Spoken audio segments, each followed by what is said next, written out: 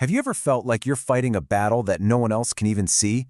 We're always looking for the latest life hacks, the newest solutions to our problems. But what if I told you that some of the most powerful answers have been waiting for us for centuries?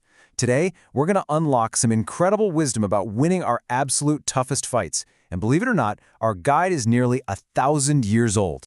So let me ask you this, straight up. What's the hardest battle you'll ever fight? Really think about it. Is it something at work? A tough relationship? Well, the battle we're talking about today is way more personal. It's more fundamental, and it's one every single one of us is in, every day. It's the battle with ourselves. And we're going to find the answer in a really cool place. This short, incredibly honest poem written way back in the 12th century. It's by a famous Korean scholar named Kim Bu-sik. And get this, he was living in a quiet Buddhist temple, a place literally designed for peace. But what he actually found there was this intense inner conflict. So, to really get what he's talking about, we're going to follow the roadmap he laid out in his poem. We'll start with the quiet temple night, then we'll uncover the conflict that's brewing inside him. We'll see how a dream totally exposes his deepest habits, and that's going to lead us to the poem's core message, which is all about the sincerity of the struggle itself. And finally, we'll see how that ancient lesson can totally guide us today. All right, let's dive into part 1, A Poet's Peaceful Night. I want you to picture this. We're heading back in time to a quiet temple in 12th century Korea. Okay, so the poem is called Hunsuyon Jabyoung. I know, it's a mouthful, but let's break it down real quick. Hunsu-won was the name of the Buddhist temple. Now, in Korean Hanja, which are the Chinese characters used in Korean, Hun and Su together are all about Buddhist practices like burning incense and spiritual training. And Jabyoung? That just means miscellaneous poems. So right away, we know this poem was written during a time of serious, quiet contemplation. The poem kicks off with this line, Won-jeong seung-han ya-hyang-bun. Okay, so what does that mean? Let's look at the characters. Won is the temple, and jeong means quiet. Got it. Seung is a monk, and han is idle or at ease. Ya is night, hyang is heading towards, and bun means midpoint. Put it all together, and you get the temple is quiet, the monk is idle, as the night heads towards its midpoint. He's painting a picture of perfect, absolute stillness. You can almost feel it, can't you? That deep, profound silence of a temple in the middle of the night. Everything on the outside is totally calm, totally peaceful. It's the ideal setting for meditation, right? But, and this is a big but, as we're about to find out, what's happening on the outside doesn't always match what's happening on the inside. And that brings us right to our second section, the mind's inner conflict. Because just under that perfectly calm surface, there's a storm brewing in his mind. The second line goes like this, Jan-deung go-chim wa-yu-heon. Okay, let's unpack this one. Jan-deung means a fading lamp. Go-chim means a lonely pillow. Wa means to lie down, and yu-hen is a secluded little room. So the line is, a fading lamp, a lonely pillow, I lie in a secluded house. And boom, this is where the poem just brilliantly lays out the whole problem.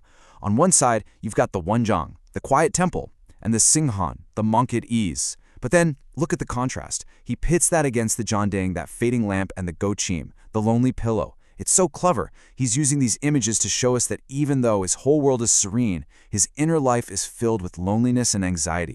And this simmering tension just explodes in the third line. This is the absolute heart of the entire poem. It's this raw, honest cry. Cha-cha jungsa pashijin. Okay, ja means oneself. Cha is to lament or to sigh. Jungsip, we'll circle back to that in a second, it's super important. Hashi means when, and jin means to end. So he's crying out, I lament to myself. When will these feelings and habits ever end? So what is this jong soup that's tormenting him? It's such a cool concept.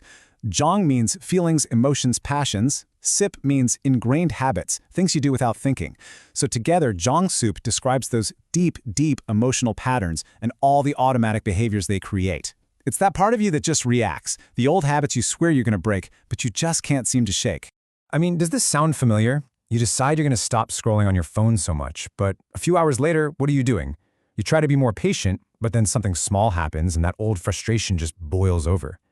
This is the exact same human problem Kim Bu-sik was dealing with 900 years ago.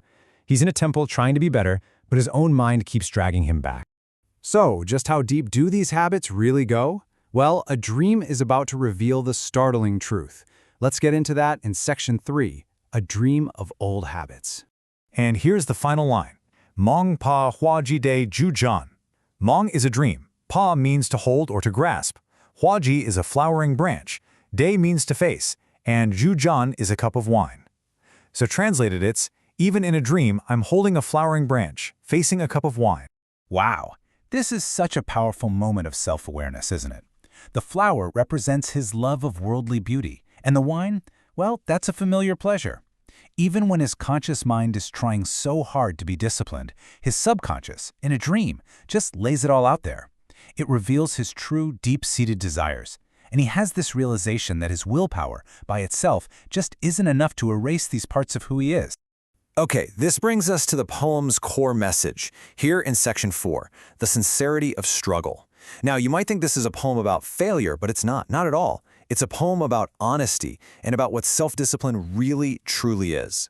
So Kim Bu-sik has this breakthrough. He realizes that real change doesn't just happen because you change your zip code. Anyone can go sit in a quiet temple, that's the easy part. The real work, the hard part, is turning inward and confronting your own stuff. True discipline is found in that moment you finally look your junks up, your feelings and habits right in the eye, and you commit to that constant, honest struggle.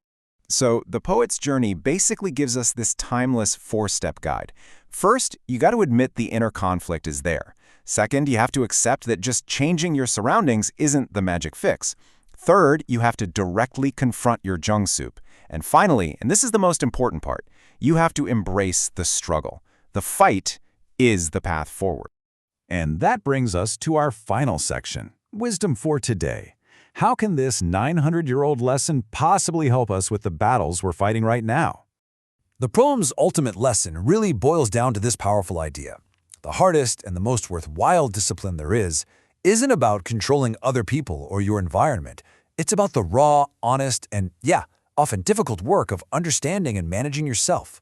And this is so key. The goal isn't to become some perfect robot with no desires or bad habits. Notice, the poet doesn't end the poem saying he's cured. He ends it with that moment of brutally honest self-awareness.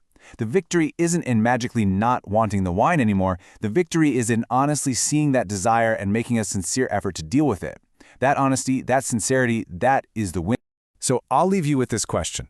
Think about your own life, your own inner world.